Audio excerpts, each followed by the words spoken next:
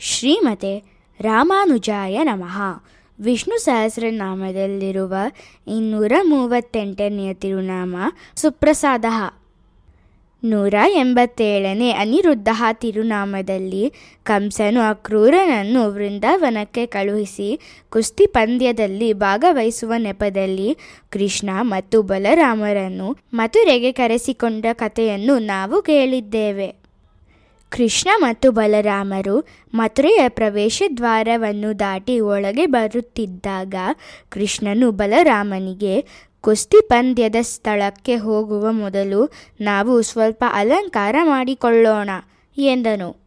ಹಾಗೆ ಇಬ್ಬರು ಸುಂದರವಾದ ಹೂವಿನ ಮಾಲೆಗಳನ್ನು ಮಾರುತ್ತಿದ್ದ ಸುಧಾಮನ ಅಂಗಡಿಗೆ ಹೋದರು. ಇಲ್ಲಿ ಒಂದು ವಿಷಯವನ್ನು ಗಮನಿಸಬೇಕು.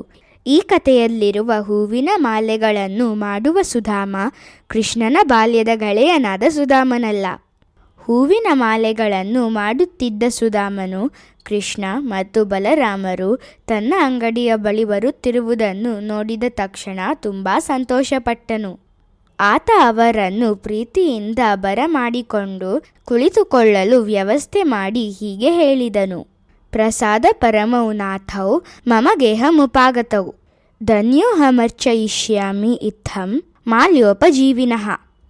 ಈ ಶ್ಲೋಕದ ಅರ್ಥ: ಎಲ್ಲರಿಗೂ ಪರಮ ಕೃಪೆಯನ್ನು ಮತ್ತು ಅನುಗ್ರಹವನ್ನು ನೀಡುವ ಪರಮಸ್ವಾಮಿಗಳೇ ನನ್ನ ಚಿಕ್ಕ ಮನೆಗೆ ಬಂದಿದ್ದಾರೆ. ನಾನೇನು ಪುಣ್ಯ ಮಾಡಿದ್ದೆ? ನಿಜವಾಗಿಯೂ ನಾನು ಧನ್ಯನು. ನನ್ನ ಕೈಲಾದ ರೀತಿಯಲ್ಲಿ ಅವರಿಗೆ ಸೇವೆ ಮಾಡುತ್ತೇನೆ ಎಂದು ಆ ಸರಳವಾದ ಹೂವಿನ ಮಾಲೆಗಾರನು ಹೇಳಿದನು. ನಂತರ ಆತ ಕೃಷ್ಣ ಮತ್ತು ಬಲರಾಮರಿಗೆ ನಮಸ್ಕರಿಸಿ, ನಿಮಗಾಗಿ ನಾನೇನು ಸೇವೆ ಮಾಡಲಿ ಎಂದು ಕೇಳಿದನು. ಕೃಷ್ಣ ಮತ್ತು ಬಲರಾಮರು ಸುಮ್ಮನೆ ನಗುತ್ತಾ ಅಂಗಡಿಯಲ್ಲಿ ಇಟ್ಟಿದ್ದ ಸುಂದರವಾದ ಹೂವಿನ ಮಾಲೆಗಳನ್ನು ನೋಡಿದರು. ಅವರಿಗೆ ಏನು ಬೇಕೆಂದು ಸುಧಾಮನಿಗೆ ತಕ್ಷಣ ಅರ್ಥವಾಯಿತು.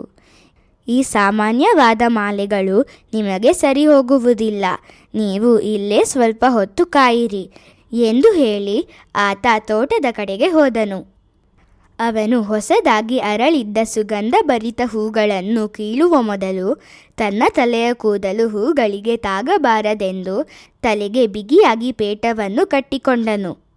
ನಂತರ ತನ್ನ ಉಸಿರು ಹೂಗಳ ಮೇಲೆ ಬೀಳಬಾರದು, ಅವುಗಳ ಪರಿಮಳವನ್ನು ತಾನು ಮೊದಲು ಅನುಭವಿಸಬಾರದು ಎಂಬ ಕಾರಣಕ್ಕಾಗಿ ಬಾಯಿ ಮತ್ತು ಮೂಗಿಗೂ ಬಟ್ಟೆಯನ್ನು ಕಟ್ಟಿಕೊಂಡನು.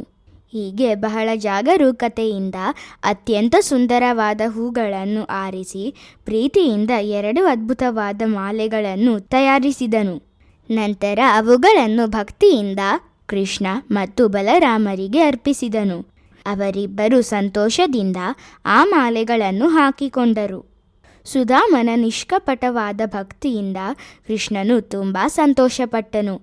ಅವನನ್ನು ಪ್ರೀತಿಯಿಂದ ನೋಡಿ, ನಿನಗೆ ಯಾವ ವರ ಬೇಕು ಎಂದು ಕೇಳಿದನು. ಸುಧಾಮನು ಕೃಷ್ಣನಿಗೆ ತಲೆಬಾಗಿ ನಮಸ್ಕರಿಸಿದನು. ಅವನ ಕಣ್ಣುಗಳಲ್ಲಿ ಆನಂದದ ಕಣ್ಣೀರು ತುಂಬಿತ್ತು. ಅವನು, ಸ್ವಾಮಿ, ನಿಮಗಾಗಿ ಮಾಲೆಗಳನ್ನು ತಯಾರಿಸಿ ಅವುಗಳನ್ನು ನಿಮಗೆ ಅರ್ಪಿಸುವ ಭಾಗ್ಯ ನನಗೆ ಸಿಕ್ಕಿದ್ದೇ ನನ್ನ ಪರಮ ಪುಣ್ಯ. ಅದಕ್ಕಿಂತ ಬೇರೆ ನನಗೆ ಏನೂ ಬೇಕಾಗಿಲ್ಲ ಎಂದನು. ಆದರೆ ಕರುಣಾಸಾಗರನಾದ ಕೃಷ್ಣನು ಸುಮ್ಮನೆ ಅವನನ್ನು ಬಿಟ್ಟು ಹೋಗಲಿಲ್ಲ. ಸುಧಾಮನ ಮೇಲೆ ತನ್ನ ವಿಶೇಷ ಅನುಗ್ರಹವನ್ನು ಸುರಿಸಿದನು. ಜೀವನದಲ್ಲಿ ಒಬ್ಬ ಮನುಷ್ಯ ಬಯಸಬಹುದಾದ ಎಲ್ಲವನ್ನೂ ಅವನಿಗೆ ಅನುಗ್ರಹಿಸಿದನು.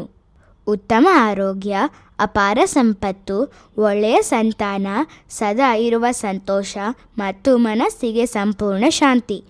ಅಷ್ಟೇ ಅಲ್ಲ, ಧರ್ಮದ ಮಾರ್ಗದಲ್ಲಿ ಜೀವನ ನಡೆಸಿ ಈ ಜೀವನದ ಕೊನೆಯಲ್ಲಿ ಮೋಕ್ಷವನ್ನು ಪಡೆಯುವಂತೆಯೂ ಅವನನ್ನು ಅನುಗ್ರಹಿಸಿದನು. ಇಂದಿನ ತಿರುನಾಮಕ್ಕೆ ಸಂಬಂಧಿಸಿದ ಪುರುಷ ಸೂಕ್ತದ ಶ್ಲೋಕ: ಯೋ ದೇವೇಭ್ಯ ಆತಪತಿ ಯೋ ದೇವಾನಾಂ ಪುರೋಹಿತಃ ಪೂರ್ವೋ ಹಿ ದೇವೇಭ್ಯೋ ಜಾತಃ ನಮೋ ರುಚಾಯ ಬ್ರಾಹ್ಮಯೇ.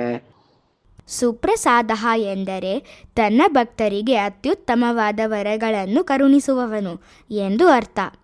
ನಾವು ಪ್ರತಿದಿನ ಸುಪ್ರಸಾದಾಯ ನಮಃ ಎಂದು ಜಪಿಸಿದರೆ ಭಗವಂತನು ನಮಗೆ ತನ್ನ ಅತ್ಯುತ್ತಮ ಅನುಗ್ರಹವನ್ನು ನೀಡಿ ಆಧ್ಯಾತ್ಮಿಕವಾಗಿ ಉನ್ನತವಾದ ಜೀವನವನ್ನು ನಡೆಸಲು ಸಹಾಯ ಮಾಡುತ್ತಾನೆ.